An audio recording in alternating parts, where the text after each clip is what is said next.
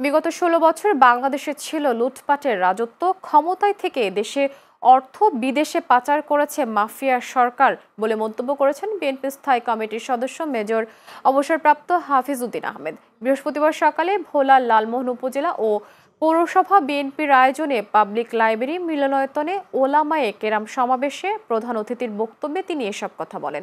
Major হাফিজ বলেন, BNP এবং অন্যান্য রাজনৈতিক দল মাফিয়া সরকারের বিরুদ্ধে অনেক আন্দোলন সংগ্রাম করেছে, কিন্তু আরো ২০ বছর আন্দোলন করলেও শেখ হাসিনা সরকারকে সরানো যেত না, কারণ এরা ভারতের সাহায্যপুষ্ট জালিম সরকার ছিল।